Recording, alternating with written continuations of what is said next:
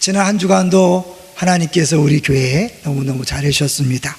제일 먼저 감사한 것은 주보에 광고 나간 것처럼 30만 원씩 이렇게 전달할 수 있어서 감사한데, 그 시기도 적절했구나 싶은 게 뭐냐면, 우리 전사님을 통해 들은 얘기로는 어느 한 가정이 마침 쌀이 딱 떨어져 갖고 쌀이 없었을 때인데 돈이 들어왔다, 얘기 들으면서 한편으로는 좀 이렇게 짠하면서도 이크 싶더라고요. 우리 교회 공동체 안에 쌀이 떨어져서 굶는 사람이 있다면 우리 교회가 건강한 교회가 될 수 없을 텐데, 그런 생각이 들었어요. 우리가 아무리 어려워도 우리 안에 굶는 사람은 책임질 수 있는 교회잖아요. 동의하십니까? 그러니까 주변에서 몰라서 못 도와주는 거니까요. 여러분, 어려울 때 어렵다고 얘기해 주세요. 여러분이 얘기하지 않는 게 모든 성도들을 죄짓게 만드는 거니까요. 얘기하시고, 또 도움 받을 때 받으시고, 나중에 하나님이 도움을 줄 수 있을 때 도움을 주면 되는 거거든요. 도움 받는 게 부끄러운 게 아니고요, 또 도움을 주는 게 뭐 자랑할 일도 아닙니다. 우리는 공동체이기 때문에 다 함께 어려운 때를 지나가야 합니다. 동의하십니까? 꼭 얘기해 주세요. 그리고 주변에 잘 살펴주시기 바랍니다. 두 번째로는 이제 공사가 마무리되어서 이제 깨끗하게 우리 공간들이 갖춰진 게 감사합니다. 아직도 이 공사가 끝났음에도 불구하고 교회를 한 번도 안 와서 어떻게 변했는지 모르는 분들, 뭐 주중에 꼭 한번 오세요. 제가 이게 생각했어요. 야, 휴일이라고 사방은 놀러 다니면서 왜 교회를 안 올까? 교회가 더 안전한데, 그렇죠? 여기서 위험해요. 왜냐하면 어제도 이렇게 그저께도 가보니까 막 마스크 안 쓰고 돌아다니는 사람 많은데, 교회는 안전하니까 주중에 한번 오셔서 교회가 어떻게 변했나 보시고, 나중에 늦게 왔다가 충격받고 쓰러지면 큰일 납니다. 오셔서 한번 보시고, 수고한 사람들 위로도 해주시고, 또 주보도 가져가시고, 다른 사람 가져다 주시고, 그렇게 했으면 좋겠어요. 어제 토요일이 됐는데도 교육관에 짐들이 많아서 걱정이 되더라고요. 저 언제 치나? 근데 어느 순간에 다 치워진 것을 보면서, 야, 우리 일꾼들이 정말 필요에 따라서 오셔서 다 섬겨주시는구나, 그런 마음이 들어서 든든하고 감사했습니다. 어저께 수고하신 모든 분들 감사를 드립니다. 마지막 세 번째로는 재선교사님 소식을 전하고 싶어요. 우리가 이제 이사신방을 하고 식사를 하는데 갑자기 이철 장로님이 재관저 선교사님이 올해 나온다 그러는데 언제 나오지요? 라고 이렇게 물어서 우리 최만선 목사님이 즉각으로 이렇게 인도네시아 카톡을 했어요. 바로 답이 왔는데 올해 못 나오겠다. 왜냐하면 나오면 1차적으로 격리를 해야 되는데 이 격리해서 있을 곳이 없는 거예요. 어느 집을 가면 그 집이 완전히 격리가 되잖아요. 그러니까 일가 친척 집에 가기도 어렵고 게스트하우스도 꽉 찼어요. 왜냐하면 선교사님들이 사역지로 돌아가지 못한 분들이 전국에 아주 많아서 꽉 차서 갈 데가 없는 거예요. 그리고 와서 선교복을 해야 되는데 또 교회들이 모임이 원활하지 않으니까 어차피 다 어려우니까 못 나올 것 같다. 그런데 문제는 인도네시아가 지금 코로나가 이제 시작이에요. 그래서 막 갑자기 죽는 사람들이 생긴대요. 검사를 안 해서 통계가 안 잡힐 뿐이지 굉장히 심한 거예요. 동남아가 다 그럴 거라고 얘기하는데, 오늘 어린이 주일인데 특별히 음비 하빈이 걱정이 되더라고요. 아이들이 면역력이 약한데 인도네시아에서 건강하게 잘 있게 해달라고 기도해 주시고, 또 계속해서 후원해 주셔서 정말 감사를 드립니다. 자, 이제 오늘 제목을 한번 볼까요? 오늘 제목이 뭡니까? 우리가 전해져야 할 소망입니다. 본문을 순서대로 쭉 하다가 오늘이 어린이 주일이라서 우리가 다음 세대 어린이들에게 반드시 전해줘야 될 것이 있겠다. 그것이 뭐냐면 소망이다. 왜 소망이 중요할까요, 여러분? 이 소망이 없으면 사람들이 절망하게 되고, 절망하면 쉽게 해서 극단적으로 자살까지 가는 거죠.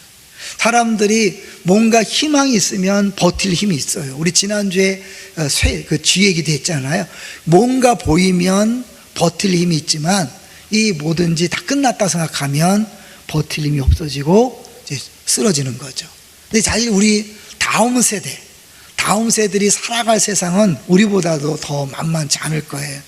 저는 사부 예배를 드릴 때마다 저기 절제하지 않으면 흥분합니다. 왜냐하면 우리 청년들 이렇게 보면서 이 청년들이 수많은 시험을 만나고 수많은 어려움을 겪다가 또 교회 안 나오고 신앙을 저버리고 심지어 자살하면 어떡하는 그런 안타까움이 있어서 나도 모르게 막 흥분할 때가 있어요. 그냥 정말 이들에게 제대로 잘 전하고 싶은 마음, 진짜를 전하고 싶은 마음이 있는 거죠.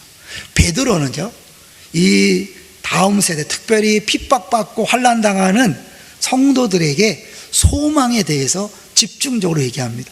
왜 그랬을까요, 여러분? 베드로 개인을 한번 생각해 보세요. 베드로는 절망했었을까요? 안 했었을까요? 누구보다도 절망했었죠.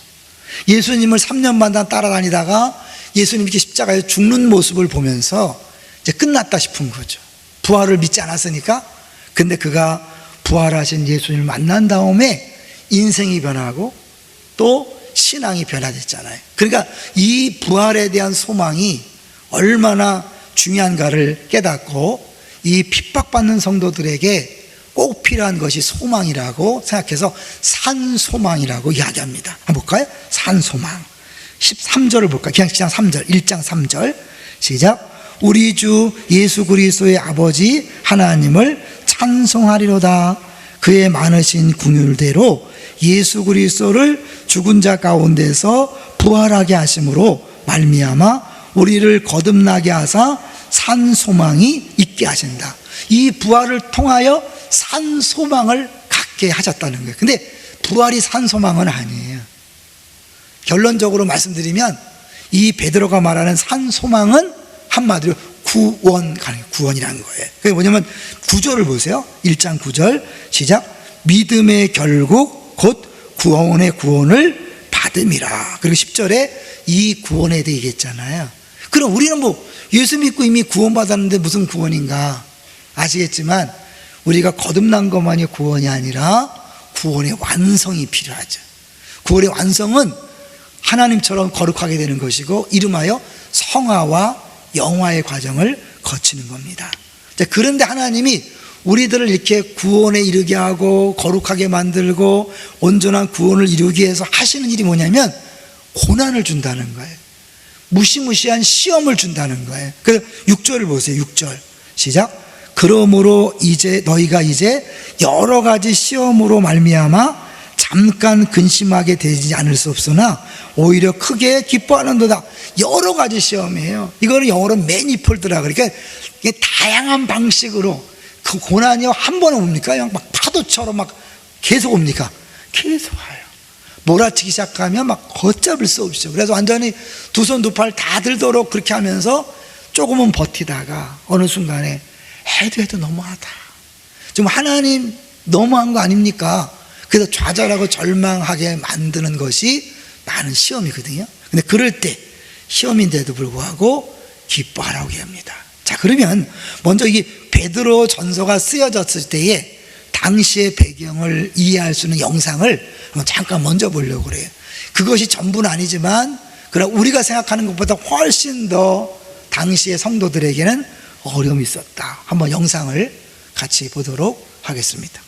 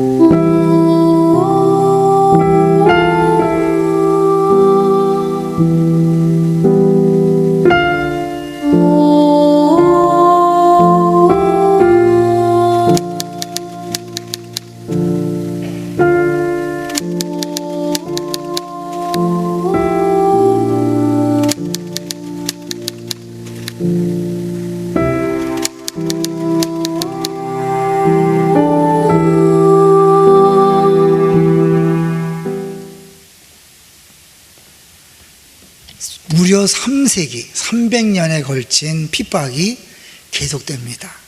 그 콘스탄틴 대제가 기독교를 공인하기 전까지 그 카타콤에서 생활했죠. 근데 그들이 결코 슬퍼하거나 고통스러워하지 않고 오히려 기뻐할 수 있었습니다. 그 이유는 뭘까요? 그들에게 진정한 소망이 있기 때문에. 지금은 잠깐이지만 영원한 세계가 기다리고 있다. 그래서 소망이라는 단어를요, 한번 정리해 봤어요. 소망이란 뭐죠? 미래에 누리게 될 아름다운 유업을 바라보며 오늘 하루를 인내할 수 있는 힘이다.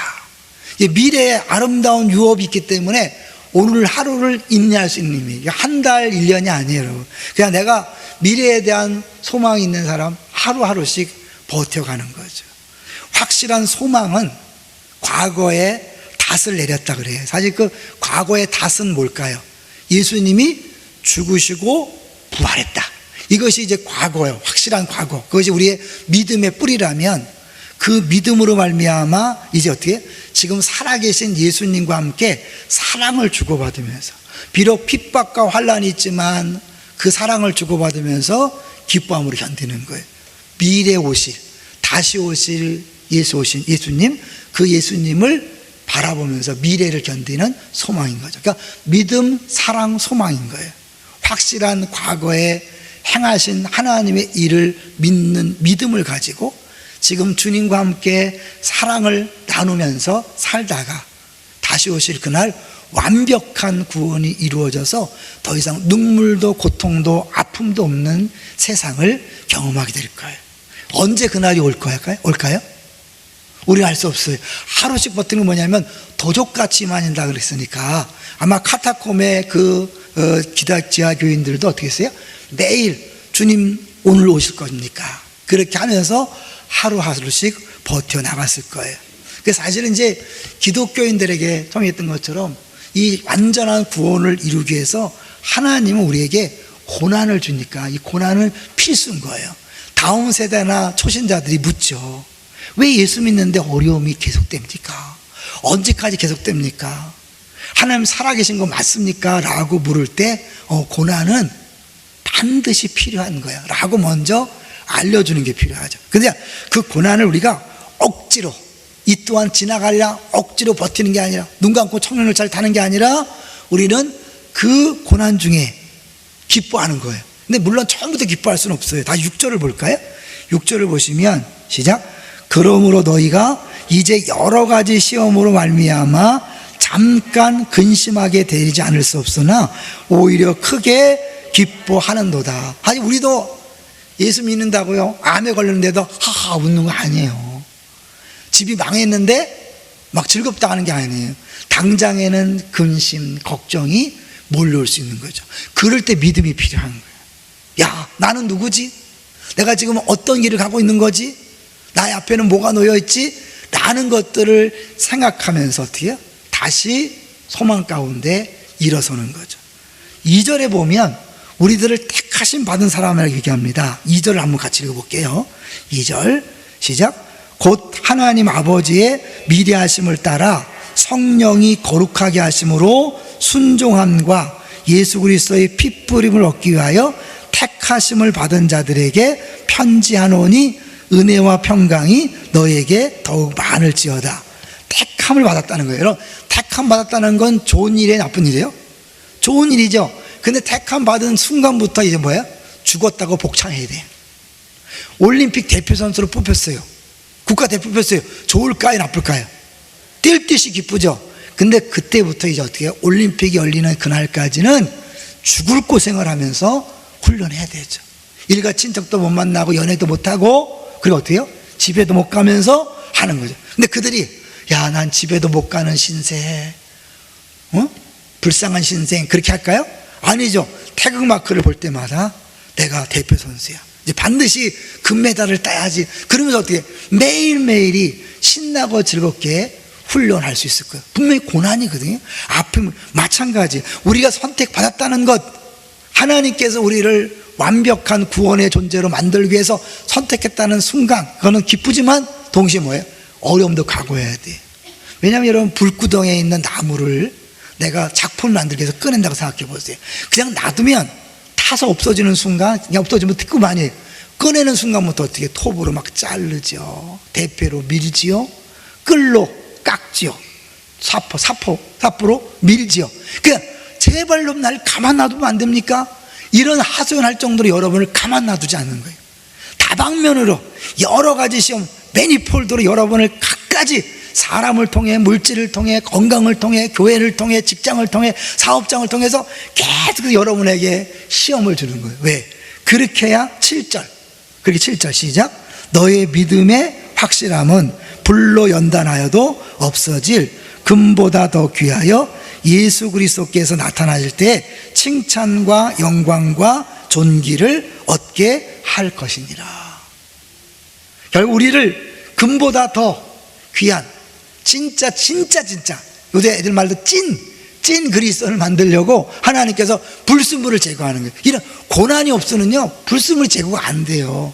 자기 마음대로 뜻대로 힘들어 살다가 우리가 사실 고난을 만나 약해질 때야 비로소 변화되고, 대표적인 인물이 누구냐면 야곱이에요. 오늘 본문, 오늘 말씀은 어찌 보면 하나님의 사람 세 번째 시리즈예요. 자, 우리 2장 11절로 가보세요.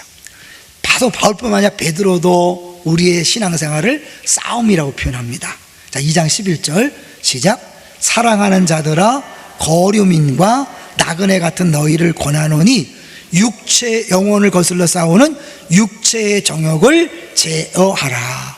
우리 싸우는데 결국은 뭐예요? 무슨 싸움이냐면 육체의 정욕과 성령의 소욕이 싸우는 싸움을 싸는 거예요. 결국 우리는 그 육체의 정욕을 다 제거해서 오로지 성령께서 원하시는 대로 순종하며 살아가는 사람을 만드는 것, 이것이 하나님이 우리를 선택한 목적이에요. 그래서요 베드로전서 1장부터 쭉 보면 계속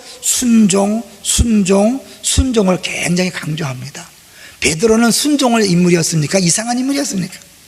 베드로는 지 맘대로, 그야말로 요새 애들 말로 도라이야. 완전히 그 통제 불능의 이상한 인간이었죠. 그런데 이가 예수를 만나고 진정한 부활을 경험한 다음에 완전히 바뀌어서 골목대장이 아니라 철저하게 날 섬기는 겸손한 종이 된 것을 볼 수 있어요. 그래서 계속해서 순종을 얘기하는 거예요. 여러분, 우리가 신앙생활을 하면서요 싸움은 싸운데 진짜 싸움이 뭔지 몰라서 우리가 어려울 때가 있어요. 어차피 고난을 겪어야 되는데 그 고난을 만날 때마다 진짜 싸움이 뭔지를 야곱을 통해서 배우셔야 돼요.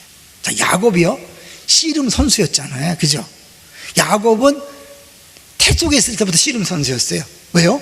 자기 형 쌍둥이 형인 에서의 발뒤꿈치를 잡았잖아요. 그러니까 태속에서부터 싸우다가 나와서도 뭐예요? 평생을 에서와 씨름했고 복받기 위해서 씨름했던 인물이.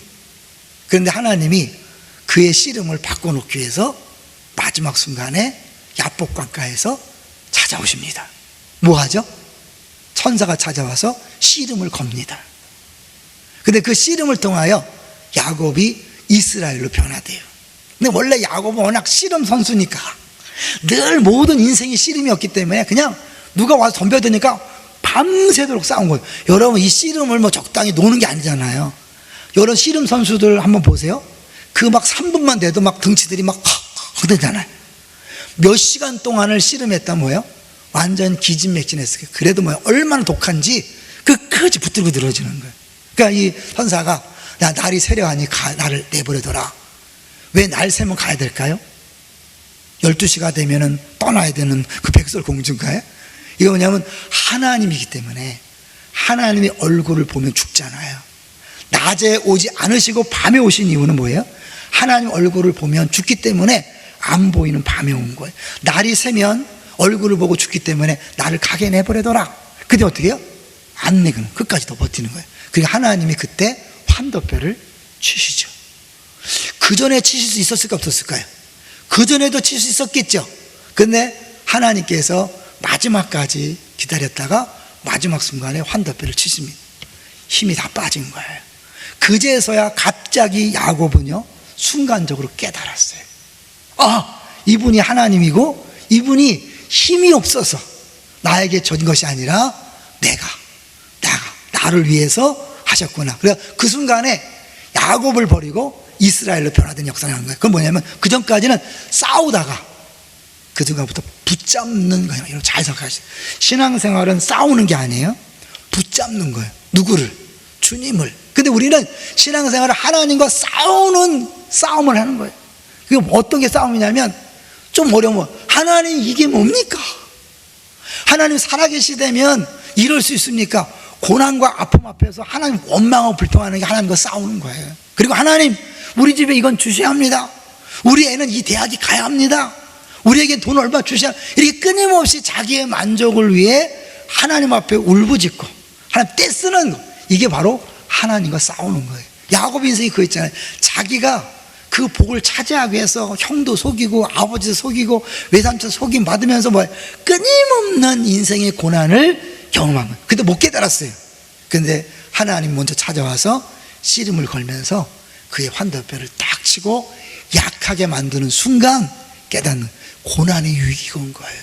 왜 우리에게 고난이 와야 합니까? 하나님 믿는 사람을 꼭 고난을 통해서 변화시킵니까? 예, 우리는 고난이 오기 전에는 절대 안 변하는 아주 대단한 사람들이에요. 끝까지 우리의 욕심을 따라 우리가 해보려고 하는 거예요. 그 신앙생활이 뭐 자기를 부인하고 십자가를 지는 거잖아요. 우리는 끊임없이 나를 부인하지 않아요. 그러니까 순종이 안 되는 거죠. 내가 앞서고 주님은 뭐예요? 나를 도와줘야 돼. 그러니까 하나님이 목적이 아니라 하나님이 수단이 되는 인생이. 그러니까 어떻게 신앙생활을 수십 년 했는데 얼굴이 무서워 죽겠어. 예수님을 닮아야 되는데 너무 무서워. 왜 무서울까요? 순종하는 삶이 아니라 여전히 지금도 싸우는 거예요. 수십 년을 예수 믿었는데 여전히 하나님과 싸우고, 하나님과 싸우면 뭐예요? 사람들과 싸우는 거예요. 야곱이 한더뼈로도 맞은 다음에 붙들고 들어줍니다. 나에게 복 주시지 아니하시면 보낼 수 없습니다. 무조건 싸워서 쟁취하던 인간이 이제 뭐예요? 주님 앞에 의지하는 거죠. 주님 복 주셔야 합니다. 내가 복을 차지하고 내가 복을 얹고 때려 누리는 것이 아니라 하나님이 주셔야 합니다 라고 했을 때 내 이름이 뭐냐? 야곱입니다. 이스라엘이라 하라. 하나님과 사람과 겨루어 이겼다. 하나님과 어떻게 싸워 이깁니까? 근데 하나님 뭐예요? 저 주시는 거죠. 일부러 저 주시기 위해 찾아오신 거예요. 그러니까 우리들에게 있는 모든 고난과 아픔이요, 때로는 그게 하나님 우리에게 저 주시기 위해서, 우리를 복 주시기 위해서, 우리를 변화시키기 위해서 오는 고난인데, 우리는 어떻게 해요? 그 고난이 오면 어떻게 해요? 하나님이 자기를 죽이려고 하는 줄 알고 하나님과 막 싸우는 거죠. 이 대표적인 인물이 김지찬 교수님이란 분이 있어요. 총신대에 김지찬 교수님이 그 할아버지가 병들어서 온 가족이 할아버지를 낫게 하고 싶은 마음에 다 이 교회를 다니게 됐대요. 근데 할아버지는 결국 돌아가셨다는 거예요. 그게 너무 이제 이 가난했던 집에서 이제 무작정 서울로 상경해서 무화과 건물에 살면서, 무화과가 아니 무화과 발음 너무 가난하니까 중3 때 휴학을 하고 공장에 가서 일을 해야 될 정도로 가난했어요. 간신히 이제 뺑뺑이 돌려서 휘문고에 입학을 했는데 이 갑자기 집이 무화과니까 헐린 거예요. 그러니까 할 수 없이 저 변두리로 이사 가고 통학 시간만 하루에 4시간. 그러면서 너무 어려움이 계속되니까 그런 마음이 들었대요. 그 당시 저에게 하나님은 사랑과 선하심과 인자하신 분이 아니라 저를 죽이려고 달려드는 적처럼 느껴졌습니다. 그러나 마틴 루터의 야복강의 하나님에 대한 말씀을 알아가며 왜 하나님이 저에게 적처럼 공격하셨는지 깨닫게 되었습니다. 우리가 빨리 항복하고 주님, 내가 주님 이길 수 없습니다, 그리고 하나님 붙들고 주님 복 주세요라고 했더라면 끝날 싸움을 우린 여전히 지금도 계속 하나님 이게 뭡니까? 계속 분표하고 원망하고 뭐 기도가 안 들어주느냐, 이게 다 하나님과 싸우는 거예요. 이제 우리가 나중에 헌금송으로 부를 게 뭐예요? 주 하나님 독생자 예수 3절에 보면 그 언젠가 주별 때까지 주를 위해 싸우리라. 우리의 싸움은 주를 위한 싸움이지 주님과 싸우는 게 아니란 말이에요. 난 주님과 싸운 적 없는데요.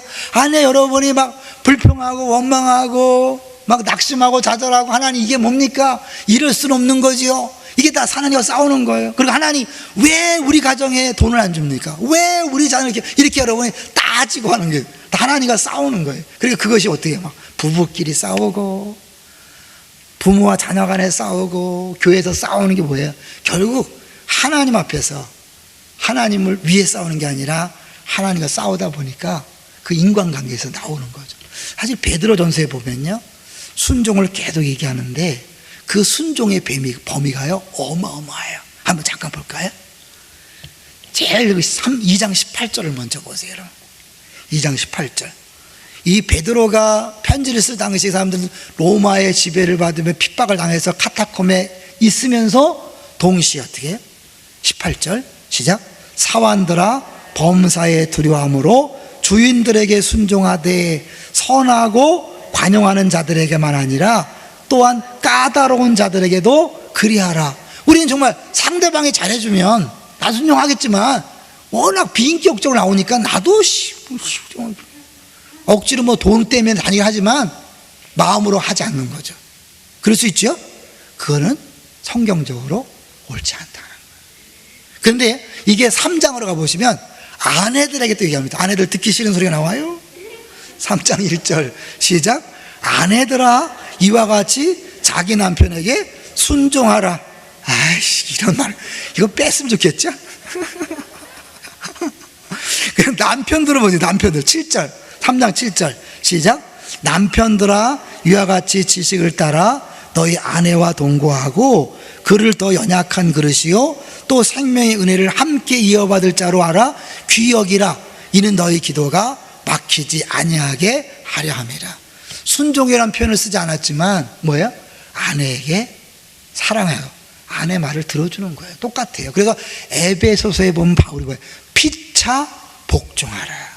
아내들만 남편에게 복종하는 게 아니라 남편도 아내에게 복종하고 자녀만 부모에게 복종하는 것이 아니라 부모도 자녀에게 복종. 복종이 뭐예요?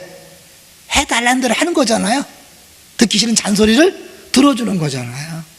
그리고 어떻게 주인과 종들이 서로 피차 복종하는 거예요. 상대방이 원하는 걸 해주는 거예요. 내 요구를 들어달라고 요구하는 게 아니라 상대방 요구를 들어주는 거예요. 그러니까 여러분 지금 만약에 부부끼리 아직도 싸운다, 연세가 있으신데 싸운다, 예수를 잘못 믿고 있는 거예요. 네? 부모 자식 간에 그냥 내가 부모인데 이것들이 막 이러고 그것도 사실은 예수를 잘못 믿는 거예요. 엄마 아빠가 해준 게 뭐 있어? 그것도 사실은 왜냐하면 우리는 이 모든 인간관계 뒤에 뭐가 있는 거예요? 주님이 있는 거거든요. 그래서 정말 주를 주로 인정한다면 주님께 순종하는 마음으로 직장 상사에게, 까다로운 상사에게, 남편에게, 아내에게, 부모, 자녀, 심지어 뭐예요? 여러분이 또 듣기 싫을 수 있겠지만 한번 볼까요? 이 13절, 2장 13절로 가보세요. 2장 13절. 이걸 제가 마지막에 읽는 이유를 여러분이 아실 거예요. 자, 2장 13절 시작. 인간의 모든 제도를 주를 위하여 순종하되 혹은 위에 있는 것이나 혹은 그가 악행하는 자를 빙벌하고 선행하는 자를 보상하기 위하여 보낸 총독에게 하라. 그러니까 우리에게 주어진 모든 인간관계에서 우리는 순종하는 거죠. 이게 1장 2절에 나온 거예요. 거룩하게 하심으로 순종함과, 이게 이제 한글 성경으로는 좀 어려운데요, 원어적으로 보면 뭐냐면 예수 그리스도에게 순종하고 핏부림을 얻게 하기 위하여 성령이 거룩하게 하신다. 이 순종과 핏부림이 왜 나오냐면 구약의 언약을 제정할 때 생각해요. 그림을 한번 보세요. 구약에 언약을 맺을 때 어떻게 하냐면 동물을 잡아서 피를 내죠. 피를 제단에 뿌립니다. 하나님에게 뿌리는 거죠. 그리고 나머지 반은 언약을 맺는 백성들에게 뿌려요. 이 말은 뭐예요? 우리 언약은 이 피로 맺어진 거다. 이 언약을 깨트리면 죽는 거야. 생명을 걸고 언약을 체결하는 거예요. 하나님 입장에서는 뭐예요?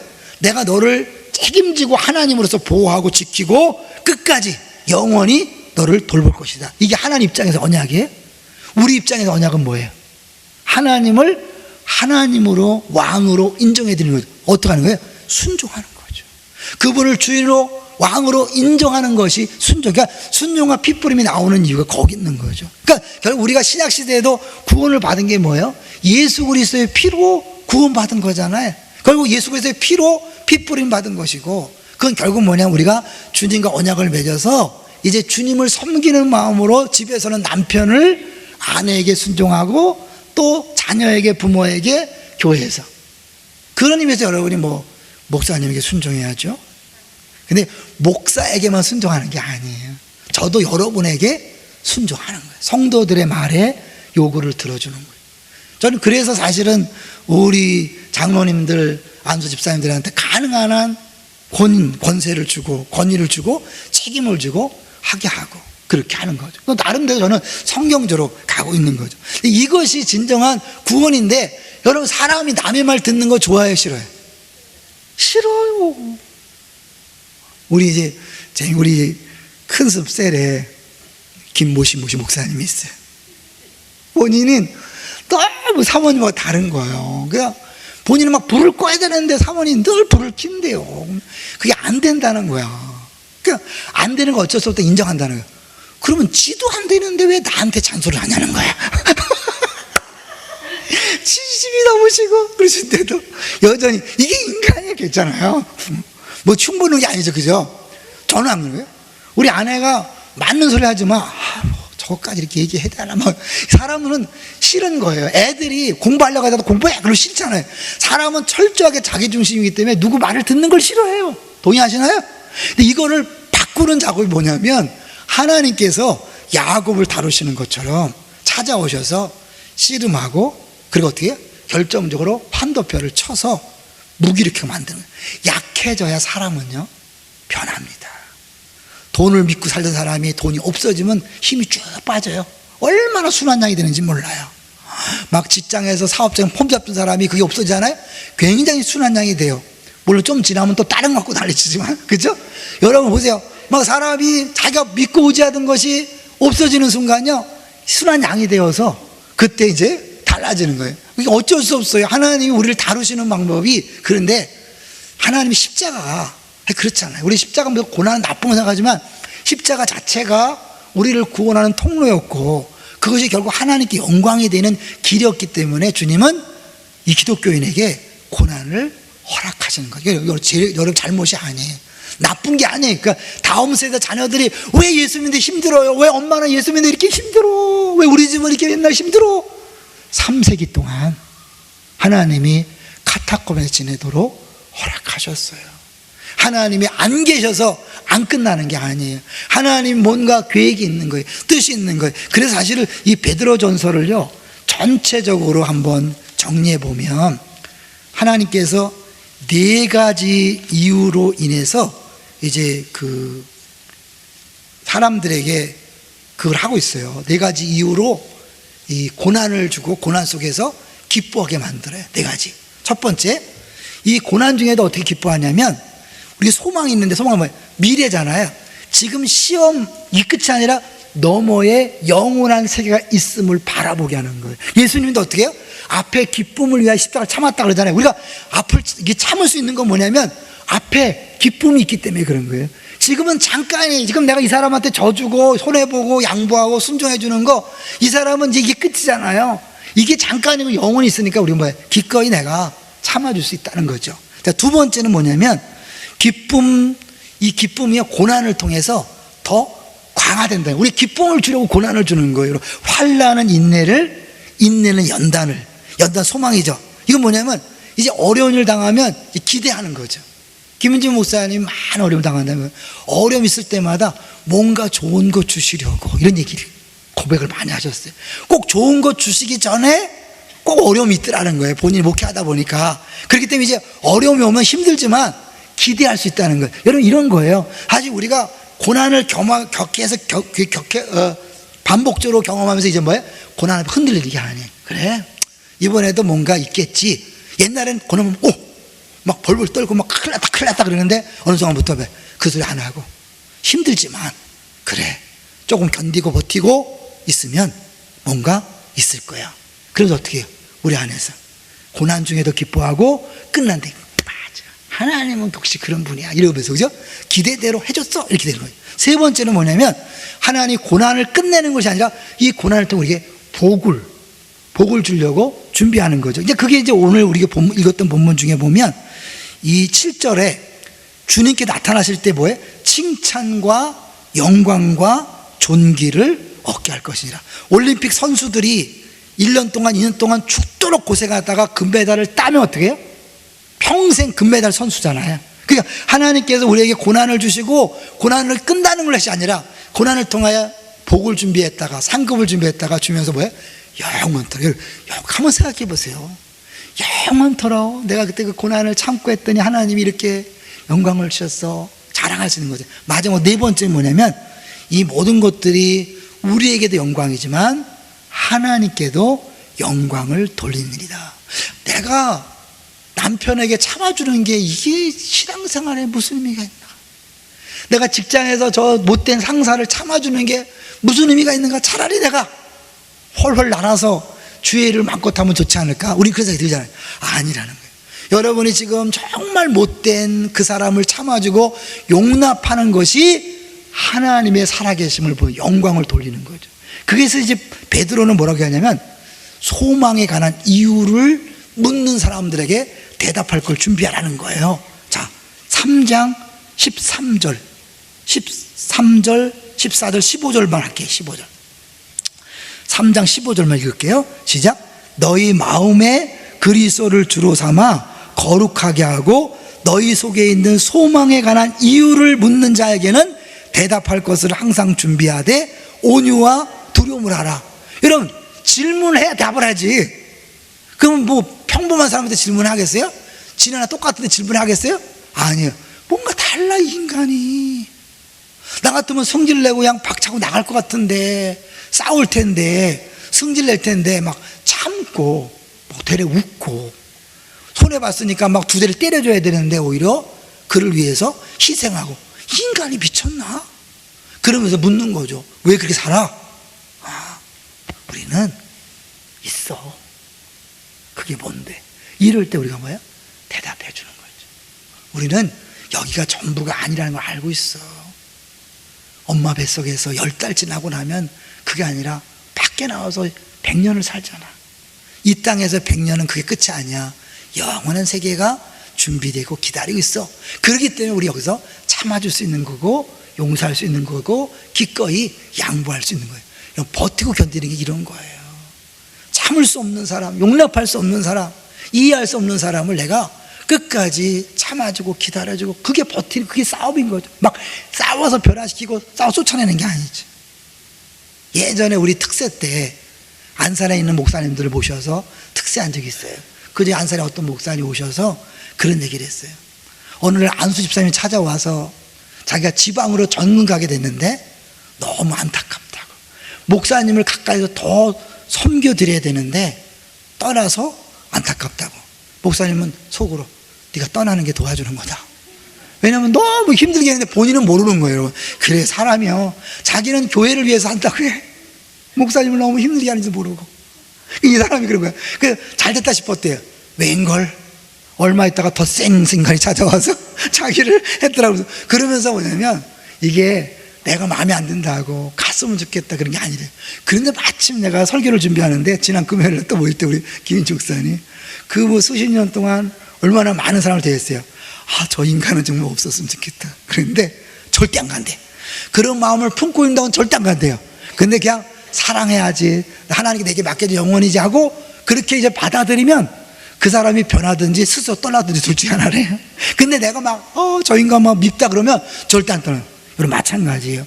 여러분이 막 누구 싫다 뭐 어렵다 해서 그걸 피하잖아요. 그러면 또 다른 게 올 수 있어요. 그러니까 품고 견디고 버티는 거예요. 우리 싸우며 막 싸워서 막 쟁취하고 그 사람을 변화시키고 때려 눕히고 쫓아내는 게 아니라 그냥 바보처럼 멍청한처럼 그냥 그 자리에서 매 맞으면서 버티고 있는 거예요. 막 고스톱에 찔리면서 안고 있는 거죠. 그런데 그것이 결국 하나님이 어떤 분인가를 보여주는 거죠. 그리고 우리의 씨름은 뭐라고 했어요? 이제 그것이 하나님을 위한 씨름, 하나님을 위한 싸움이 되는 거예요. 근데 그것을 하려면 철저하게 야곱처럼 깨어짐, 심을 당해서 자기 것을 포기하고 내 안에 주님을 모실 때 가능한 거죠. 그래서 성화라는 것은요, 영어로는 그렇게 얘기해요. 컴포트가 아니라 캐릭터다. 우리는 보통 예수 믿고 편안하고 잘 되는 걸 원하잖아요. 하나님 우리가 원하는 게 그게 아니에요. 컴포트가 아니라 캐릭터, 우리 성품을 변화시키는 거예요. 계속 변화시키는 거예요. 그래서 신앙생활은 행복이 아니라 거룩이다. 이렇게 이제 서울에 있는 어느 그 분당의 어느 교회에서, 성남의 어느 교회에서 한다고 하잖아요. 그래서 신앙생활은 여러분 행복하려고 하는 게 아니에요. 거룩 위에 살다가 자연스럽게 기쁨이 보너스로 주어지는 거예요. 할렐루야. 근데 이 행복을 추구하고 만족을 추구하다 보면 여러분 어떻게 해요? 내 식대로 그걸 빼앗고 정치하다 보면 아내한테도 좀 내 말 좀 들어, 남편한테도 좀 나 좀 섬겨줘, 부모한테도 좀 나 좀 도와줘, 교회에서도 뭐 다 나를 좀 도와달라고, 나를 안아달라고. 그게 안 되니까 시험 들고 뭐 나 교회 안 나간다 그러고 일 안 한다고. 이게 뭐냐면 끊임없이 여러분 내가 주인 되었을 때 그런 것들이 나타나는 거예요. 빨리 이게 바꾸셔야 돼요. 성화는 내가 주인이 아니라 그분이 내 안에 주인으로 들어오셔서 그분이 내 입을 통해 말씀하시고 그분이 내 눈을 통해 보시고 내 손과 발을 통해서 일하시는 거예요. 어떤 사람 말만 하면 사람 상처받는다. 그건 아직도 주인이 안 바뀐 거예요. 그리고 그 사람이 손댄 일마다 문제가 생겨. 막 다툼이 생기고 갈등이 생긴다. 그 사람 아직 예수를 제대로 안 믿는 거예요. 정말 내 안에 예수를 모시고 그분이 일하시도록. 그래서 바울 사도가 날마다 자기를 쳐서 복종시키는 거예요. 육체의 정욕과 싸우는 삶을 사는 것이, 그것이 바로 신앙생활입니다. 그게 나그네의 삶이라는 걸 얘기하는 거죠. 자, 이제 한 여인의 이야기를 하면서 마무리해 보려고 그래요. 이거는 이제 지난번에 우리가 팀켈러 목사님 세미나 갔을 때 책 한 권씩 받았죠. 고통의 답하다. 그 고통의 답하다에 나오는 한 예화의 앤디라는 여인의 이야기인데, 이 사람이 자기는 이혼하고 싶지 않았어요. 근데 남편이 막 이혼을 계속 강요하고 그래서 이 재판을 걸면서도 끝까지 소망을 잃지 않고 기대했어요. 끝까지 반전시키라. 하나님이 결국 어렵지만 결국은 회복시킬 것이다. 이걸 잘 생각하셔야 돼요. 그랬는데, 믿음이 있는데 그게 안 되고 마지막 판사가 두들긴 거예요. 그때 이제 완전히 끝났다 생각한 거죠. 이런 절망적인 상황이 왔을 때 기도조차도 안 나오고 하나님 앞에 탄식하면서 흐느끼는 것이 전부였어요. 이렇게 울부짖었대요. 누가 이런 고난을 좋아하고 계속 이렇게 살고 싶어 하겠습니까? 저를 사랑한다고 하시지만 그 말씀을 눈앞에 펼쳐지는 현실과 함께 이해할 방법이 없군요. 사랑한다고 하지만 이 현실이 그 말씀을 이해가 안 되게 만드는 거죠. 잔인하다는 생각이 듭니다. 지금까지 주님은 말씀을 통해 알려주신 모습 그대로이리라 믿고 살았지만 내가 원하는 대로 믿은 거죠. 이젠 그 확신을 지킬 수가 없습니다. 근데 그럴 때 주변에 친한 친구가 와서 이렇게 말했대요.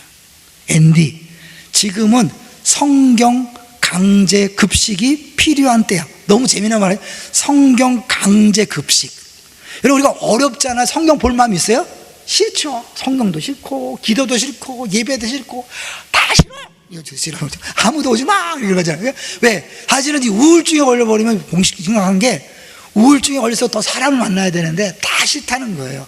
그래서 여러분 공동체가 필요해요. 옆에서 가서 지금 성경 강제 급식이 필요해. 억지로라도 성경 읽어 라고 해서 어쩔 수 없이 아침에 성경을 딱 펼쳤대요.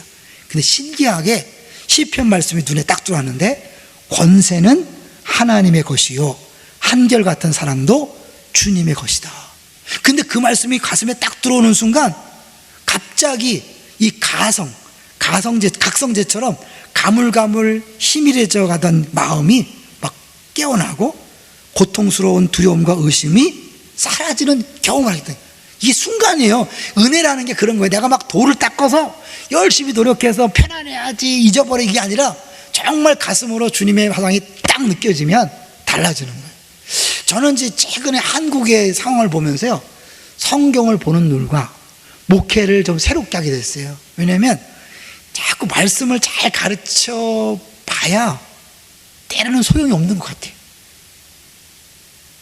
가슴이 열리지 않으면.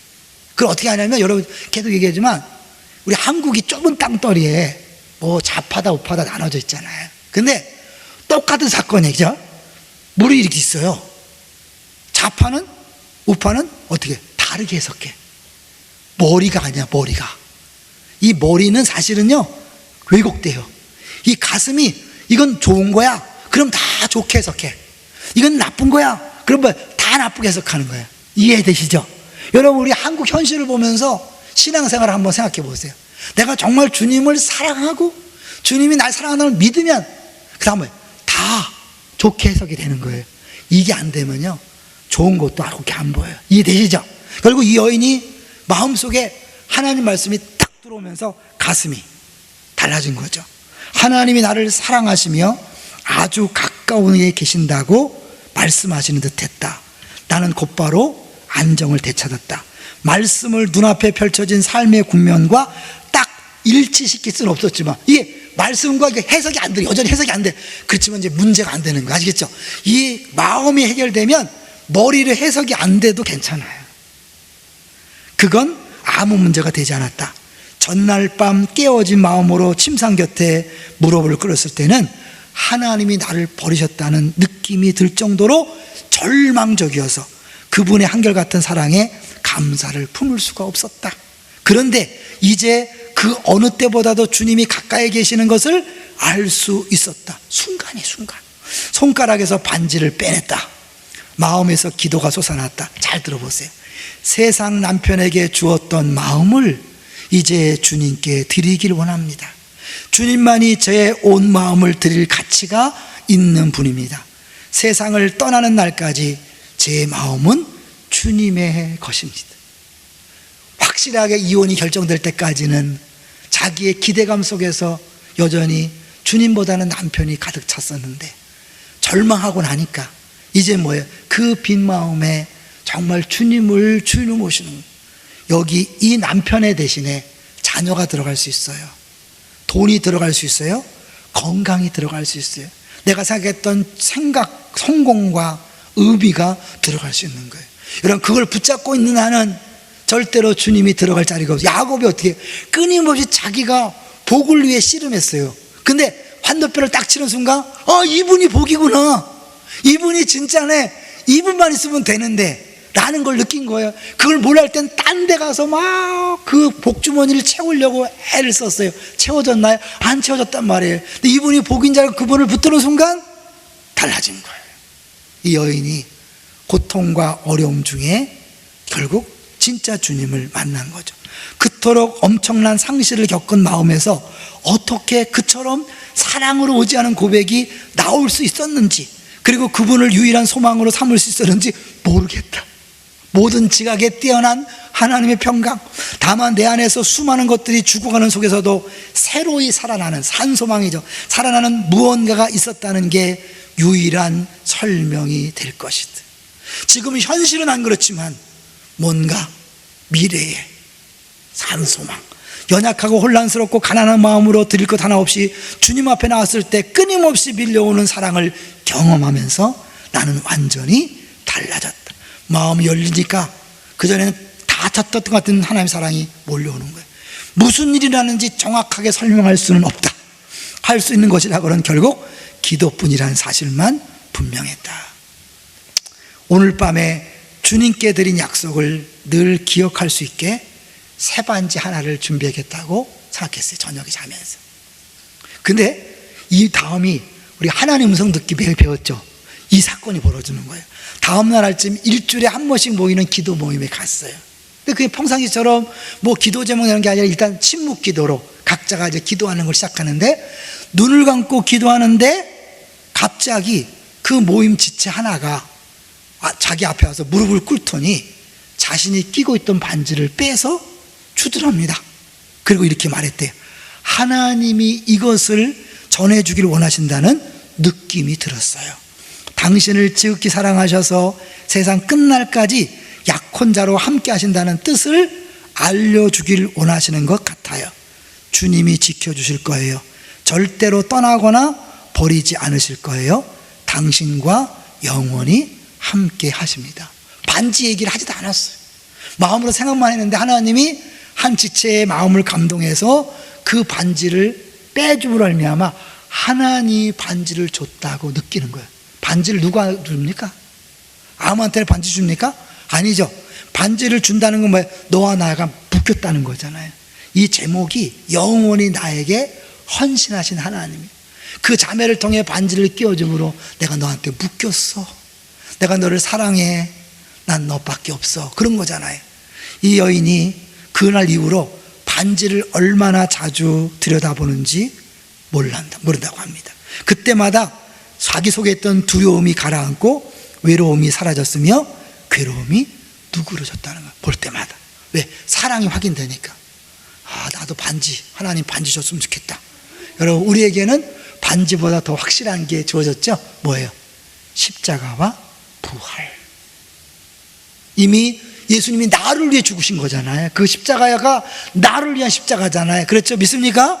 나를 위해 부활했잖아요. 나를 위해 부활했다고 나도 이미 부활한 몸에 이미 구원을 받았어요. 그리고 이 확실한 구원을 완성해 가는 거니까 반드시 이루어질 그 구원의 과정에 어쩔 수 없는 고난이 필요하고 그 고난도 무조건 버티고 견디고 지나가리라, 그게 아니라 그 고난 속에서 하나님은 뭐예요? 더 멋진 것들을 계획하는 거예요.